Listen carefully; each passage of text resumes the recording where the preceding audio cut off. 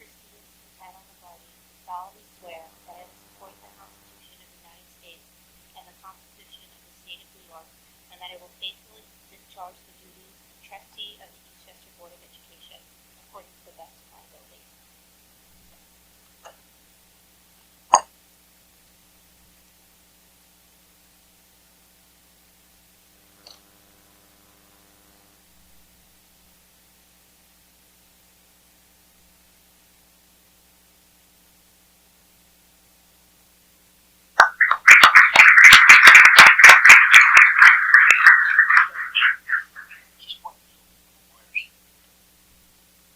That's okay. You need it now.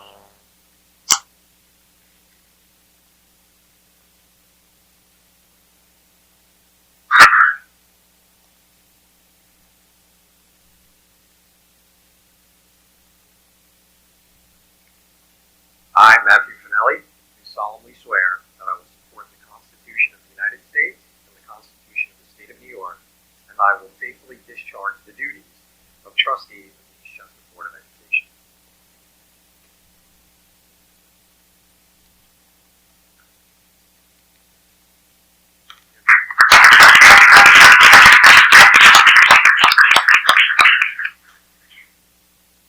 Okay. Now we're going to open nominations for our officers for next year, and I'd like to move that Christy Egan be the president of the Board of Education for next year. Is there a second somewhere? Okay, there is a second. No further discussion? Okay, all in favor? All right, that's it. Now you have to give Christy the oath, and then she takes over. Okay. Oh, we can do that. Okay, that's fine. All right, we need a nomination for vice president. Christy.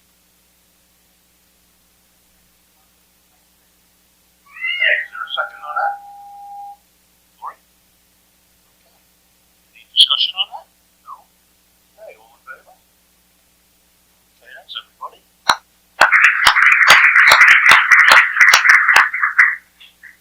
All right, now we need a nomination for the secretary of the board for next year.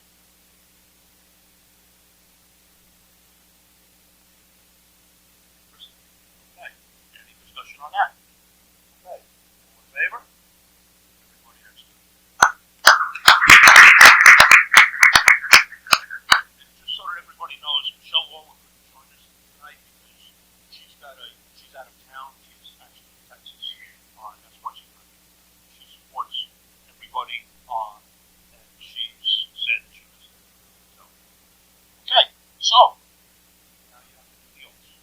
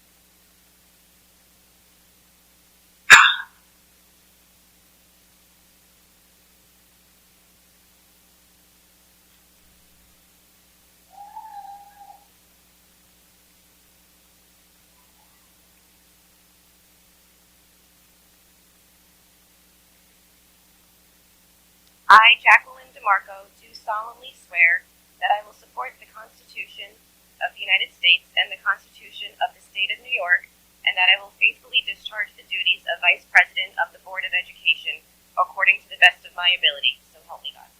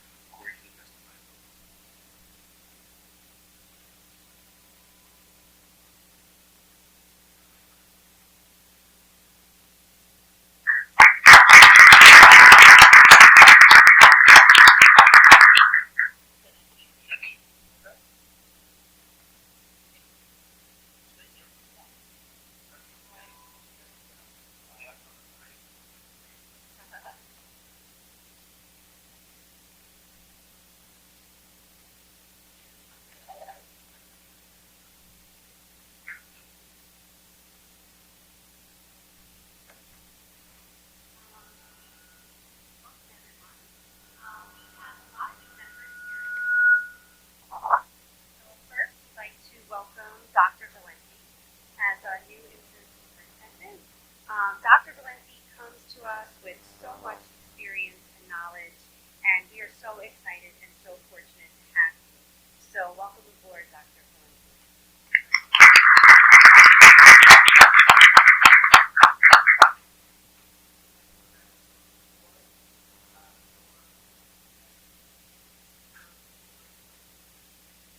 And it's exciting. It's been an exciting week, and I'll talk a little bit about the superintendent's report. And it's a real delight to meet with the community here as well. So thank you very much, and let's get started. And also, we'd like to welcome our two new assistant superintendents. Ms. Lee Liu is our interim superintendent for business, and Mr. Greg Stowell, did I say that correctly?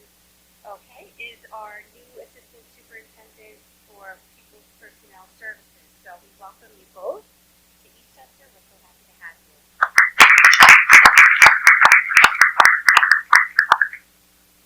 And welcome to our new board members, Lori Diesel, Matt Finelli, welcome board guys. And we're really looking forward to the new year. We're all here to give Eastchester students the best possible education and experience, and we're all committed to working together to make that happen. So we're looking forward to a great evening. Okay, so next order of business is the appointment of officers.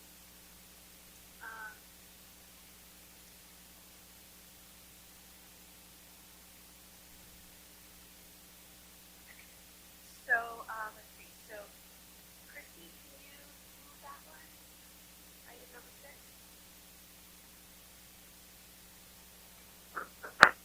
Bear with me. Be it resolved that the Board of Education hereby approves the following appointments. District Clerk Lori Parada, Assistant District Clerk Jeanette Messina, District Treasurer Gina Lenza, Deputy Treasurer Lee Liu, and Claims Auditor Anna Provenano. Do I have a Second? Do we have I'll second. discussion? Or all in favor? Great. Next, we have the oath of office administered to the district clerk. Okay.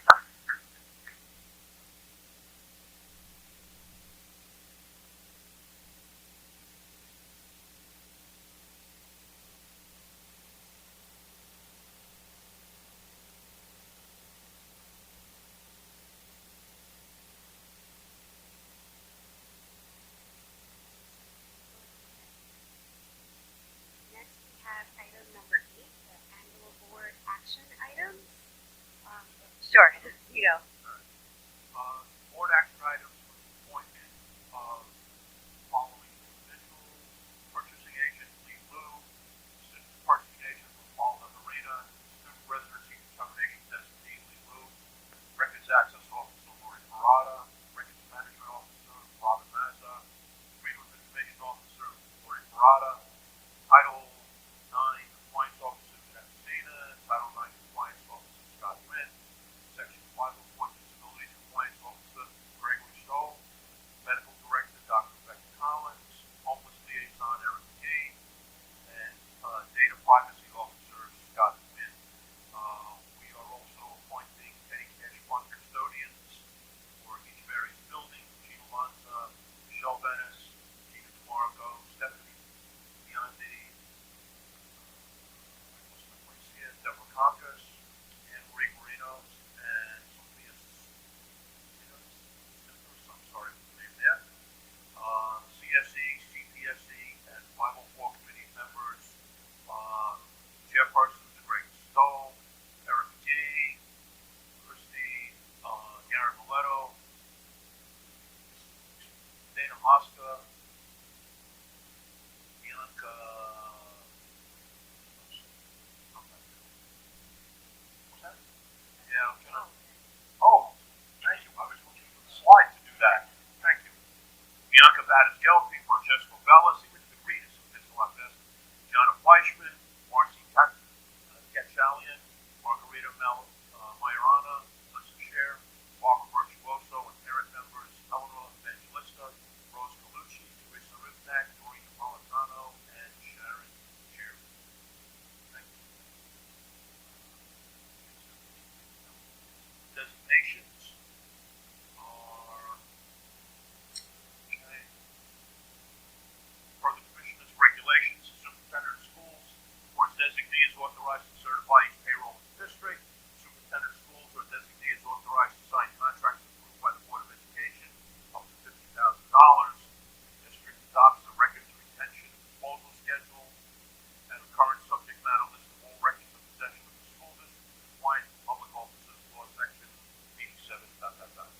The central treasurer of the extra class activity funds be insured by the district in accordance with the Commissioner's regulations. The mileage reimbursement shall be established at the rate set by the Internal Revenue Service in accordance with education law. The superintendent of schools is authorized to attend seminars and workshops sponsored by the New York State Education Department, Council of School Superintendents, and NISBA for up to 15 days of the year. The superintendent of schools is authorized to appoint impartial hearing officers as necessary from the New York State Education Department approved list at the State Education Department approved rate. Cell phone user list is attached as approved. The Home Depot credit card users as attached is approved. The next item is Board of Education provides the following privileges and benefits in Section 8 of Public Officers Law to all employees of the school district, all school board trustees consistent with the terms and conditions contained in Section 18, and the protections afforded pursuant to Section 18 shall supplement and be available in addition to any defense or indemnification protections conferred upon such employees and their school board trustees by any other enactment. And I'm going to do the last one. You guys don't do those first. Okay. Is there a second?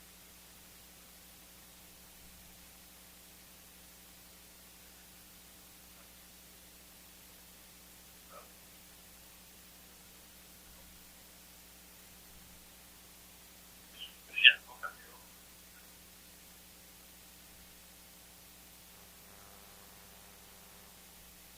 What?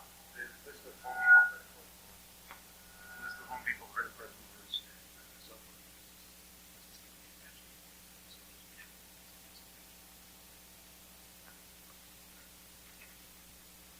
All right. All in favor?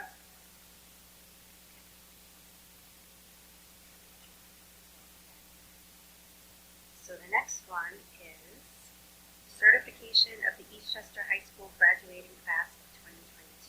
Be it resolved that the Board of Education hereby certifies the 2022 graduating class of Eastchester High School. We have a second on that? Okay. All in favor? Congratulations to the class of 20.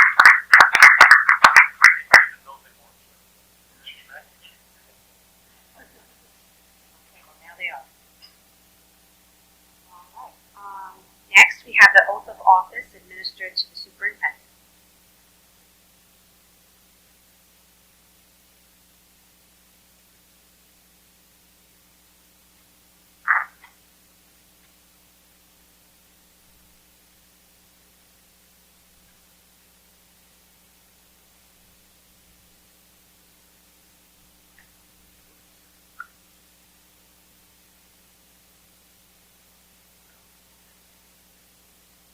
Testing.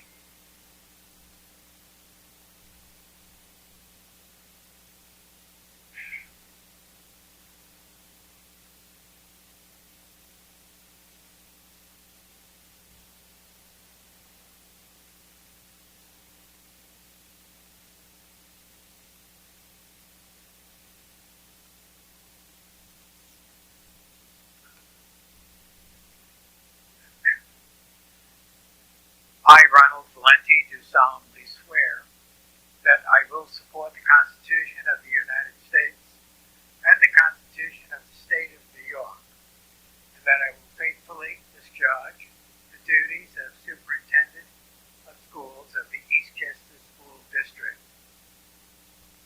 according to the best of my ability.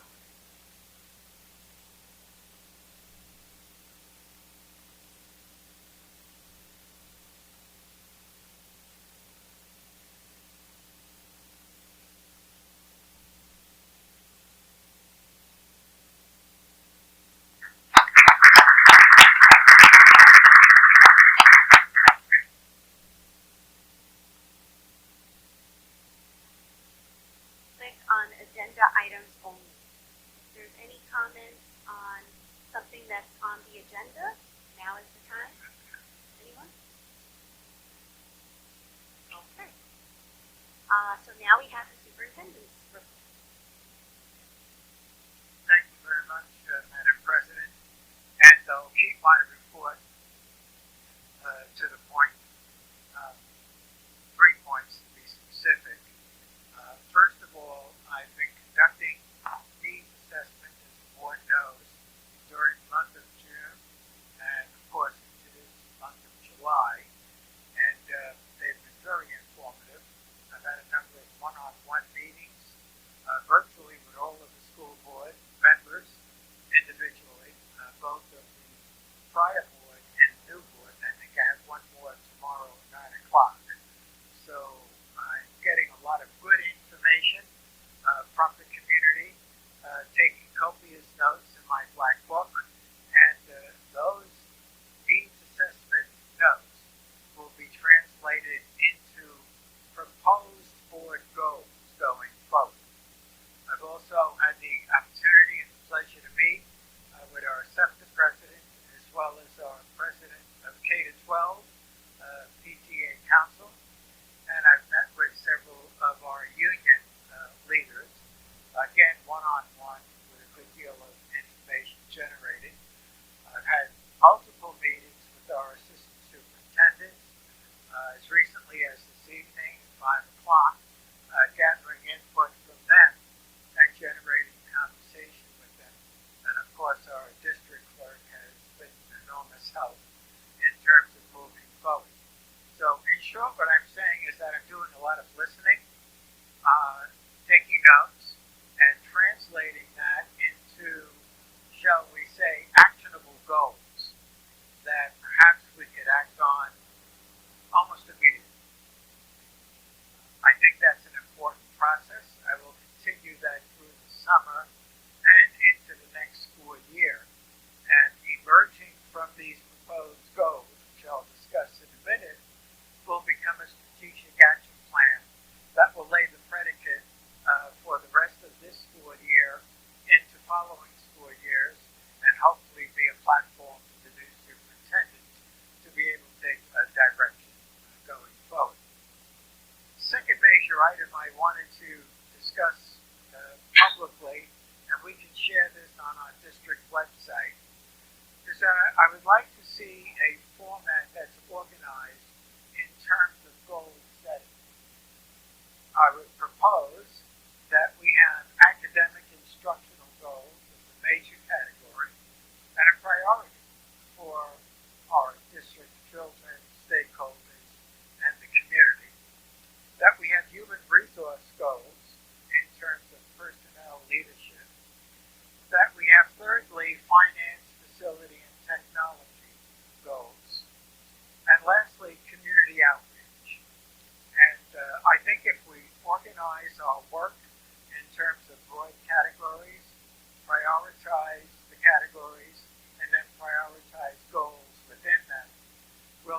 clear pathway for going forward.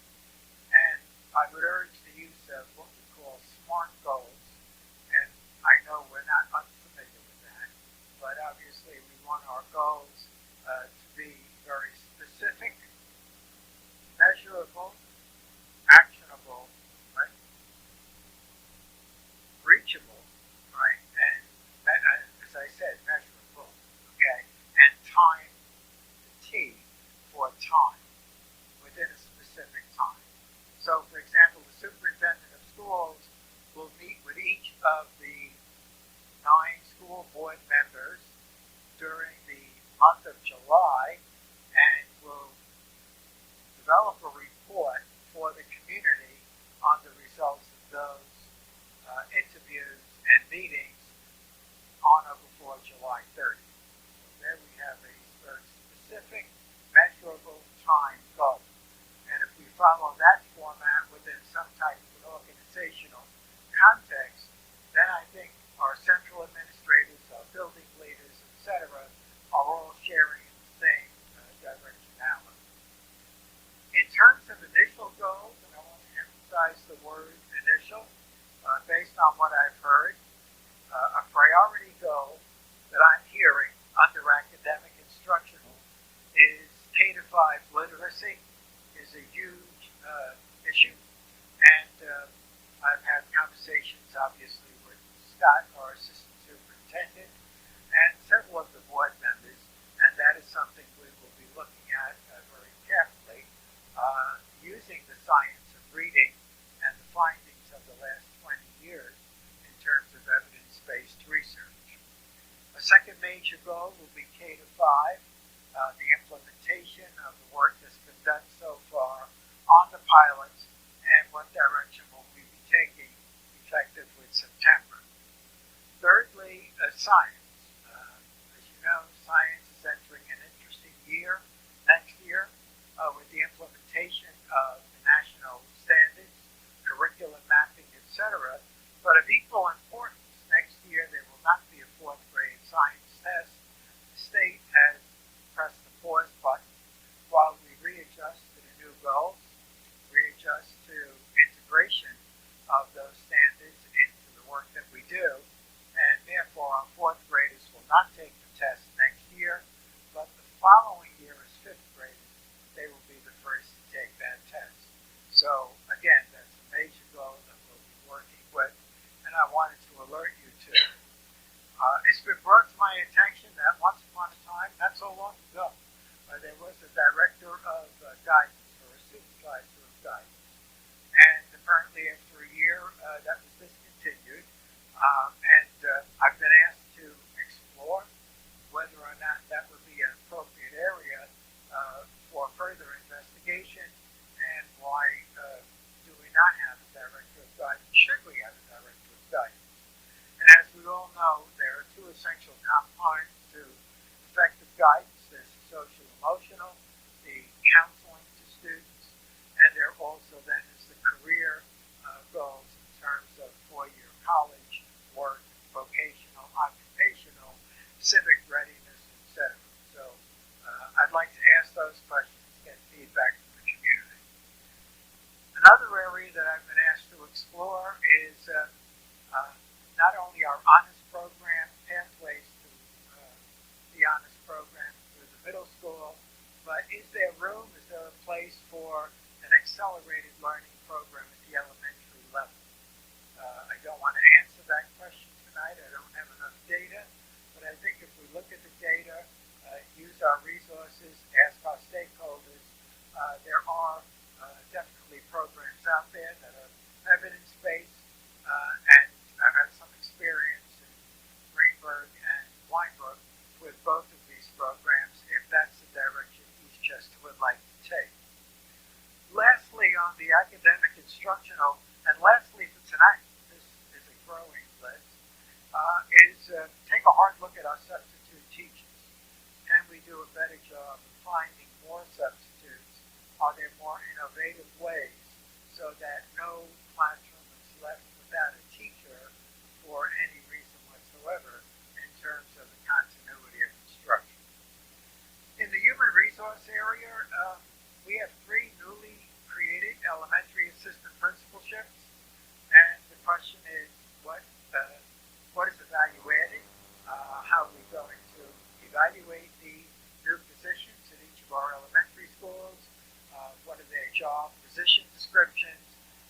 they contribute to the overall leadership and efficacy of training for teachers in general. And lastly, looking at our performance-based approaches with our staff in general, and how do we want to try and implement that going forward, beginning with our non-representative employees.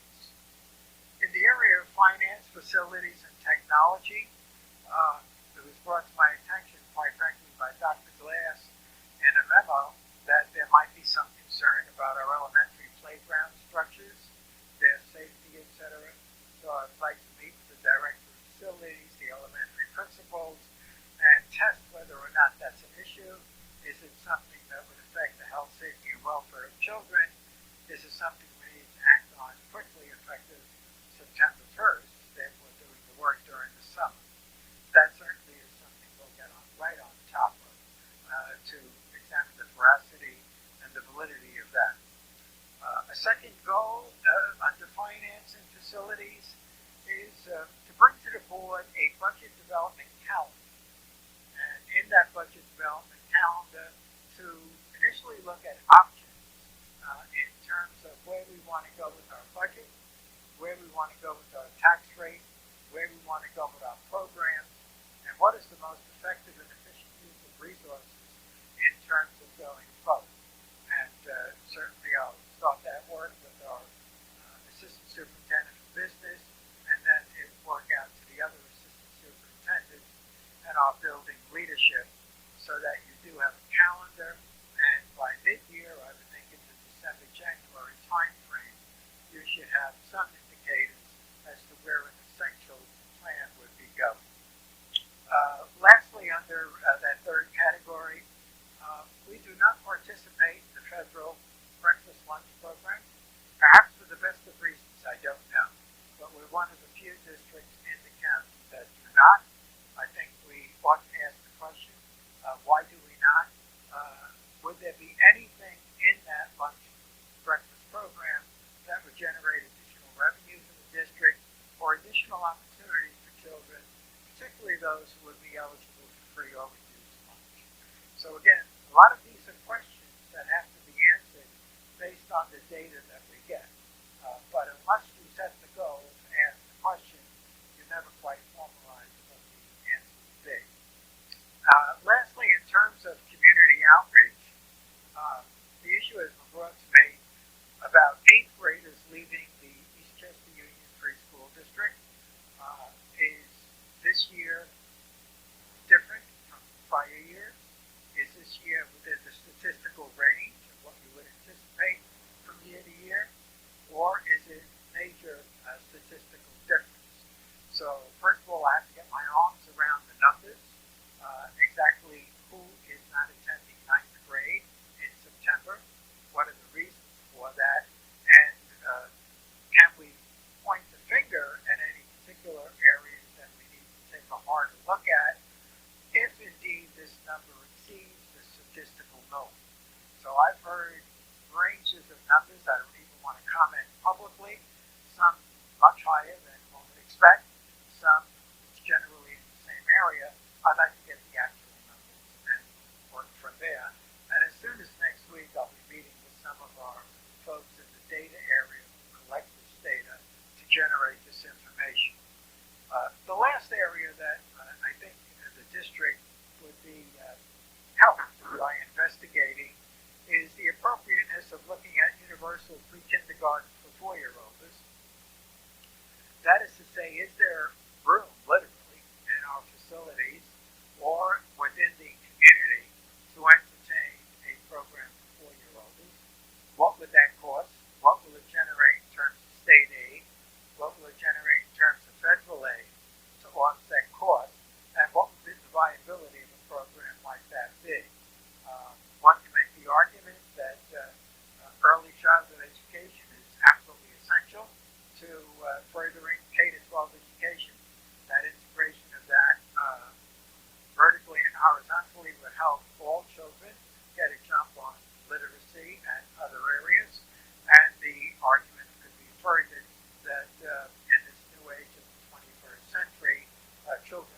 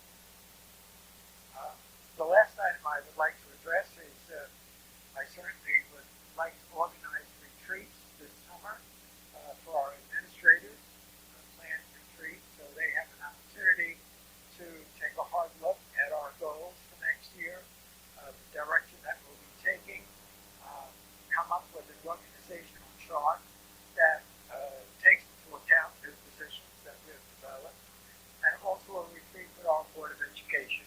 And what does that agenda look like? What are areas that the board would like to see us entertain? And part of my role would be to bring to you, not individually alone, but perhaps with others, best practices. What are recommended practices for boardsmanship, and how can we take advantage of that working as a unified board and community going forward? So that concludes my report, and I'll try and get some of this up on the website within the next week or so. If there are any questions, I'd be happy to entertain. Thank you.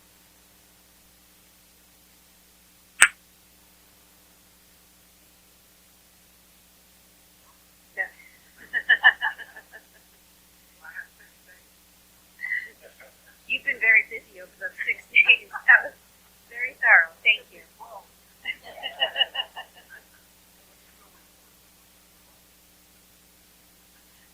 Thank you very much, Dr. Okay. So next we have the consent agenda. Judah, would you like to speak to that? Sure. I will move a resolution that the Board of Education approve the consent agenda, which includes the following: 13 approval of minutes, 14 personnel agenda, 15 committee on preschool education and special education recommendation, 16 hands-on recommendation, 17 other assistant. We have a second on that.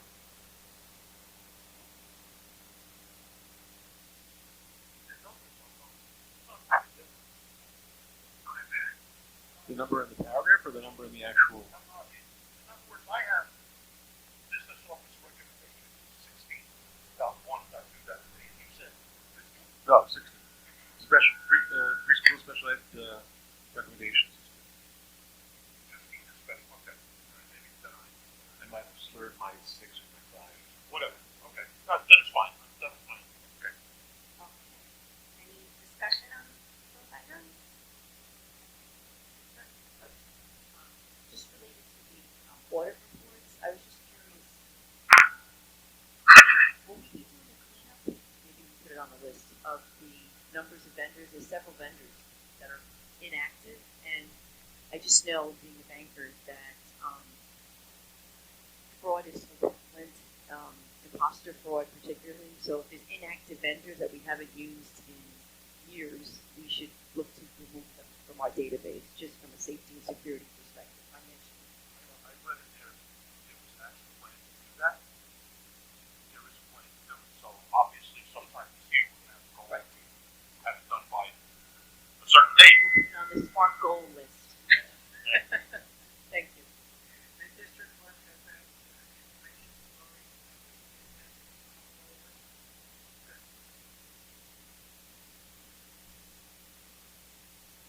Anybody else? All right.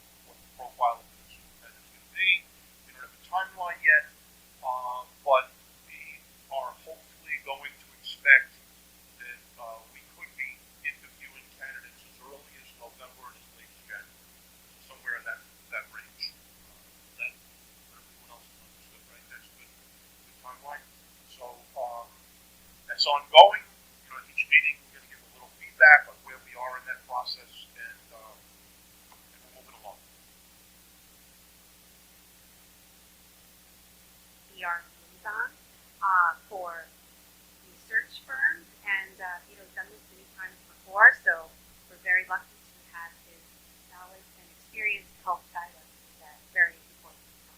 Thank you, Vito. Thank you. All right. Anybody else? Mention anything about track and fields on what together facilities. We're supposed to have.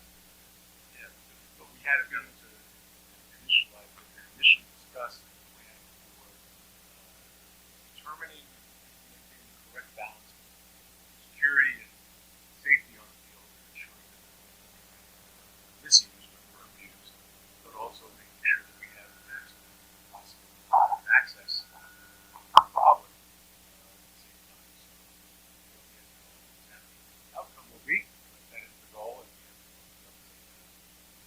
subcommittee task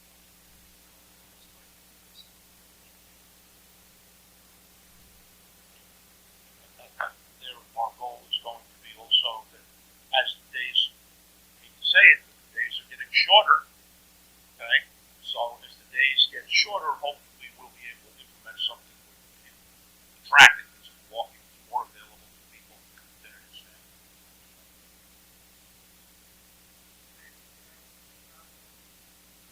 Or not. Well, Here I am now in live. live on Memorex. Remember that? You and I do. Okay, that's good. See how young we are? I know. I still have some memories. I was made aware of this, I guess this afternoon, today sometime, and I had a chance to meet with our executive committee, and if the board were interested, we could take a hard look very quickly, and I don't know how quickly we want to implement this, but A, we have to find out where are the dollars to support security monitoring. We would hire one monitor at one gate, and we have to determine the hours that we would like to designate to use. Let's arbitrarily say from 8 a.m. to 6 p.m. So that would define the number of hours, the cost per hour. It would further define probably 2 individuals part-time, splitting that. And we would be prepared to move quickly on that with one input from our athletic director as to when our own students might be using the field for track. But other than that, that security monitor would keep any bikes or other equipment off the field that does not belong on a track, but would allow any members of the community who would like to walk, jog, or run. So as quickly as tomorrow morning, we can meet with our business official, find out if there's money in a particular code, go through the recruitment process, and get back to you folks, at least in writing, if you want to move quickly. With all due respect to the committee, I know getting the committee together, etc., but pick up on your point, Vito. If you want to take advantage of July and August, take advantage of July and August, right? You don't want to set up a program December 21st. Ideally, if you got a program now, to take advantage of the better months in the summer and the fall, we could try and get you a proposal, and if the board is comfortable with it, implement it.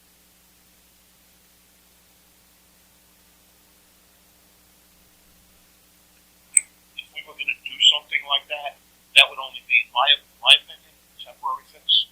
Okay? Because I don't want to invest resources in having a monitor bad behavior by the community. Okay?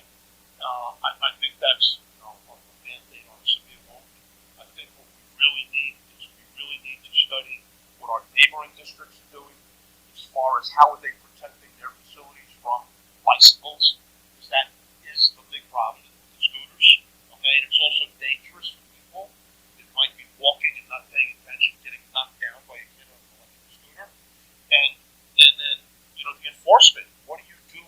What are other communities doing when they catch kids with bicycles on these tracks and on these facilities? What are they doing? Do they call the police? Does the police have jurisdiction? Those are all questions that I think we need to investigate.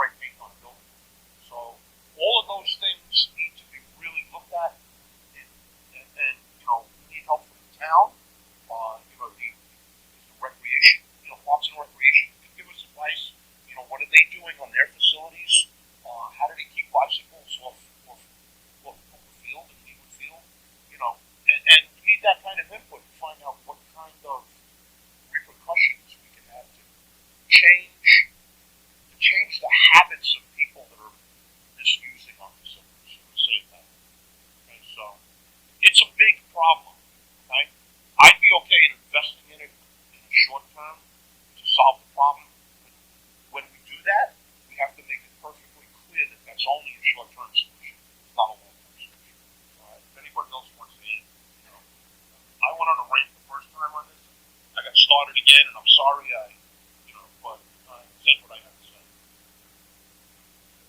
So yeah, I definitely understand the complexities of the issue. I think it was springtime when this first came up, and I know committees take a while.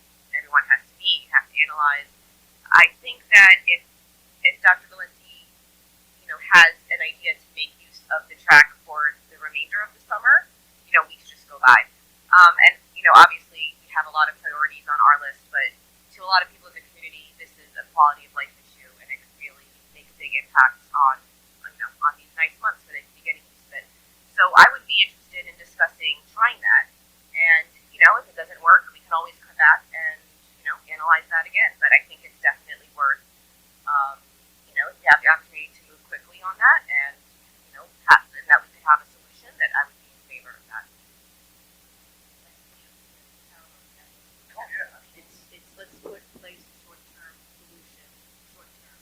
I'd be interested in, I know Dr. Valenti said like between the hours of 8 and 6. I don't know if that was just arbitrary, but I know evening hours does, folks do like to come out after work. Is there staging that could be done, or staggering of hours, or I'd like to see what the dollars would be related to those types of options that you're looking at. Yeah, and I want to reinforce your point. It's good. This is not a long-term solution. This is an effort to move on something during a period of time when people are out there that like to walk. And the weather's great. Take advantage of where their taxes are going. Okay? So if we simply lock the gate, open it at a certain time, I use 8 a.m., and have an individual standing there, and if 2 walkers come up, you're welcome. If 2 youngsters on a bike come, sorry, you're not allowed on the track. Okay? So this is a short-term solution. I'll address your other questions in a moment. I think the committee is important. I'm not denigrating the committee or suggesting you not have a committee or involvement of the town or other individuals. I just think that generates a longer-term solution that would have to be deliberated and then brought to the board. And I think that's important as well.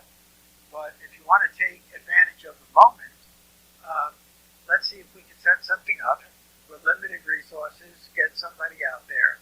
Now, if students come up to a security guard and are in any way belligerent, that individual security guard should be authorized to say to the students, look, if this continues, I'll have to call the local police. And I don't want to do that, right? Most people, when they hear that, say, I don't want that either, right? There will be no defacing of property here, and we have to be very careful of how we use suspension, as you know. So there's no punitive connection here. It's just simply saying, look, you can't come on the field, all right, for obvious reasons. Right? It's destructive, and there are other places you can take your bikes that would be better suited to what bikes do. So I'm simply looking for a quick solution during the summer, fall months, and when the committee has completed its deliberations, then they can come forward. This is contingent on sitting down with our business official and finding adequate monies and knowing that we have at least 2 individuals who would be able to supervise. The question I asked my executive committee was, give me some good ballpark hours, 8 to 6, but we could start 6 to 6. If there's a generation of individuals who would like to do it before work, take advantage of the field, we can move the hour earlier, give you some different scenarios as to what the cost would be, right? But do this quickly, and then poll the board to the district clerk, which you're ready to do, right? The other question was raised, what about weekends? Are we talking about 7 days a week or only 5 days a week? Well, we'll give you a scenario with the 7 days and one with 5 days. So you'll have some options to look at. And I have no idea what the bottom line is going to be, I'll be honest with you, because this came up today. But let's look at the numbers. Let's find out what it is. And even if we tiptoe up to August 30th, 31st, and say this will be a short-term 2-month project, hopefully the committee may have something to put in play with the news board here.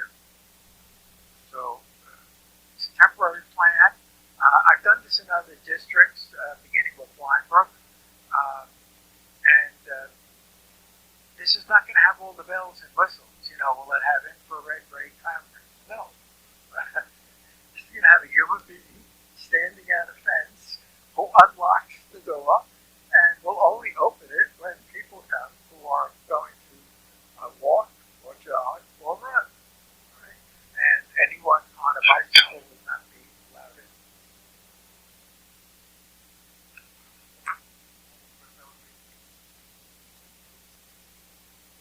Well, anyone can tell I'm not, so so maybe I'm out of line here. But my guess is it might be equally as interesting and maybe less expensive to do like the 3 p.m. to 8 p.m. 3 p.m. to dusk opportunity for people who are coming home from work, and also to get security people for camps or something who finish the camp for the shift. Like that's expensive. Survey. Yeah, I think we need to understand what the users want, but I think we also need to understand sort of the cost benefit availability option. 10 people are going to use it before 8 in the morning, and 100 are going to use it Exactly. between 4 and 9. And you do your price benefit benefit analysis. analysis. Right. And so,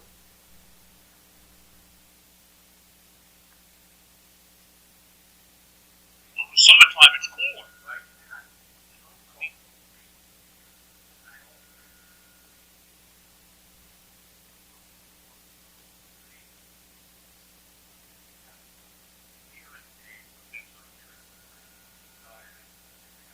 And I also think, Christy, what you said, I think it's a prudent path to do something now while time is of essence, short term, and then also have that long term goal to work towards. And if we could get something in place potentially sooner, I think that would be great. if we present a few scenarios, one will be 3 to 8 p.m., 3 p.m. to 8 p.m. I also recommend that the person standing at the gate take down names of individuals that have on the book so that we know the number of people who are interested in accessing it. We'll give you the larger one from 8 a.m. to 6 p.m. and then we can do some comparisons of course very quickly and take it from there. But if we set as our goal mid-July, right, or the third week of July to get something going in the community, that will at least give them several weeks to enjoy the good weather, and then the committee in the meantime will be leveraging that. Sounds like a plan. Lee, have the information on me tomorrow. Thank you. And we should involve our director of facilities, and if he's available, our AJ. And anybody else. Thank you. Yes, we are up to comments from. Go ahead.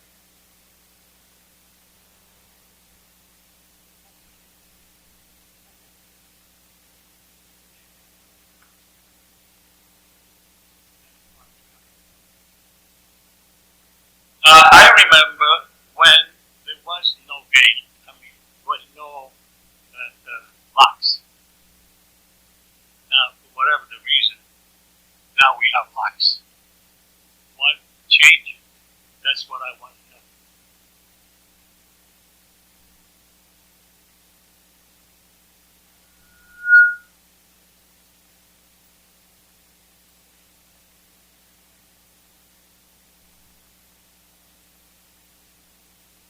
Who are misusing and abusing the track with their bikes and scooters. Kids, they still come in. You can have all the locks you want. It's a person like me that can't come in because I don't jump the fence, and I can't. Now, I feel that I'm discriminated because you lock in the gate. Meanwhile, I don't vandalize anything, but I'm locked up. So, can you guys keep in mind this? And also, suggestion to the time, you don't need it the whole day. You probably need early in the morning, say 7 to 10, because the day is too hot. People don't want to run all warm. And 6 to 9. that makes a short time. Even if you consider that, but I still go back to the same question. Why do we need to lock the track? Another question. How much did the track cost to refurbish from the last time? From 10 years ago, whatever the time was. Each time it's between $600,000 and $700,000. That was the first time. When we redid it, it was about $600,000 to $700,000, $800,000, something like that. We did it twice. We did it initially as part of the Fields program, and that was like $1.5 million or something like that. But when the track was resurfaced and the artificial turf was redone, that was about $600,000 or $700,000. The first time we did it. Yeah, but they built the foundation, they put drainage, you can't count all of that. So the surface that's getting destroyed is worth about $750,000. All right, so who paid for that? You. Okay. There you go. Too. I know you want to try to protect it, but at the same time you're locking me out. But so, in other words, this isn't supposed to be a dialogue, but you witnessed everyone took an oath today, and their oath is they have to protect the school district's property. And that's what we have to do. And sometimes we have to make tough decisions. We want the track open more. We want the track more accessible to the people. We want everybody to use the facilities because you can pay for it. But we have to protect it as well. And it's a balancing act. Now, like this morning, the third week of July, already we're going to be at the end of the summer. A decision should be made. Make it. It doesn't, in other words, it doesn't take 3 months to do it, or 2 weeks. Test them out, vote on, and get it done. If you have to get a security guard, whatever time, do it. As far as I'm concerned, this 6 to 9 is the best time. And then, if it is in the morning, 7 to 10, 3 to 6 hours in a day, not the whole day. So, but anyway, this is my suggestion. You have the less to say on it, and you have to decide. But I appreciate it. I wish we could do it tonight. To be fair, we are beholden to 22,000 taxpayers. I appreciate where you're coming from, trying to make sure that we represent your interests as well. But we also have to represent the people who say, well, we spent $750,000, it's supposed to last us 18 years, and now it's only going to last us 10 years, and I got to pay more taxes, right? And we have to answer. Did anybody complain when you fixed the flies already? Yeah, we had to put a bond, and it didn't, won, but it didn't win like unanimously, right? We won by 19 votes on one of those bonds. It's like having a car that you don't want to put mileage because, what's the use having a car?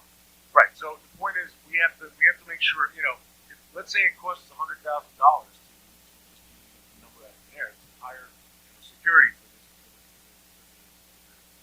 field. Well, that essentially equates to a teacher. So how many teachers are we going to give up to make sure that there's access to the thing? These are the things, and I'm not saying that that's going to happen. I'm just saying we can't just make decisions based on your request tonight. We have to get the financial information, we have to get the analysis of what the community wants, and make that decision. I don't think a couple of weeks is a reason. 7? Yeah, so I mean, a couple of weeks is a reasonable amount of time.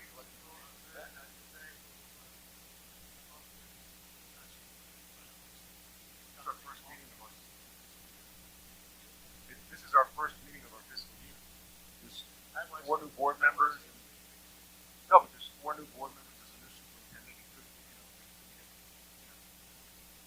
Well, anyway, please come with a solution because,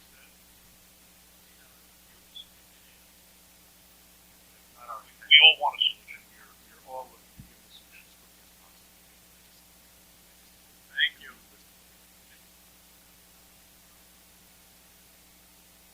duties, okay? Thank you.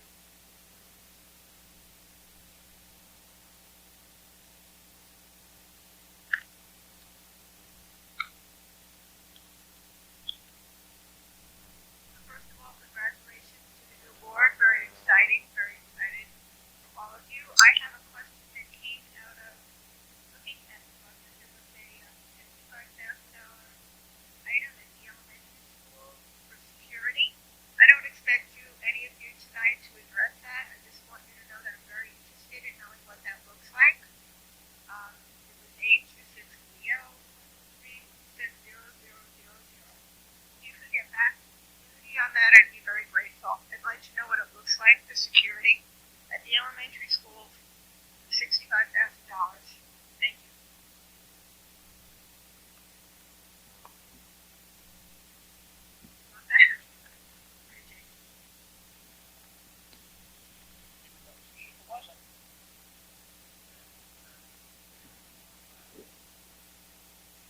That get back to you. If you would let the district clerk know who you are, yes, thank you. And the business official will look up the 65,000 and let you know specifically what that is budgeted for. Yep.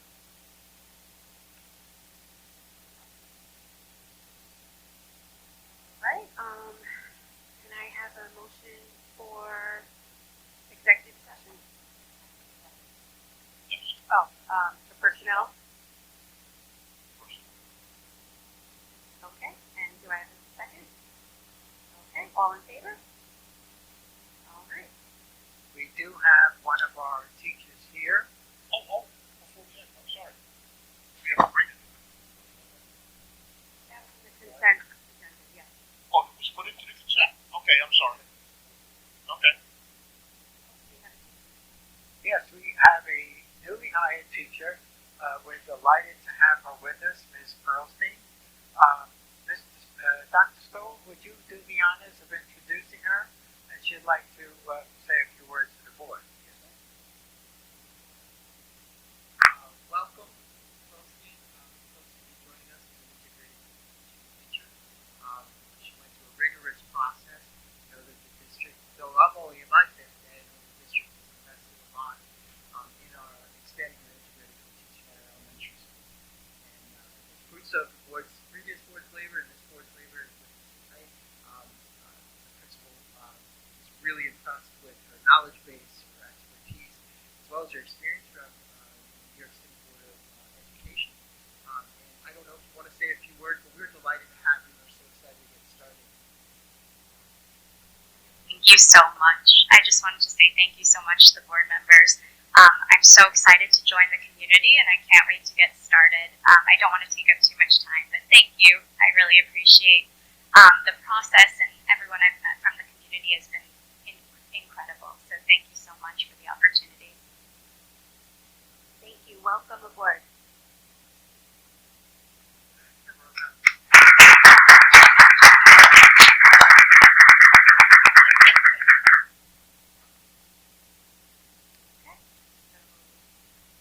Okay, motion to adjourn? Motion to adjourn, okay, second. All in favor?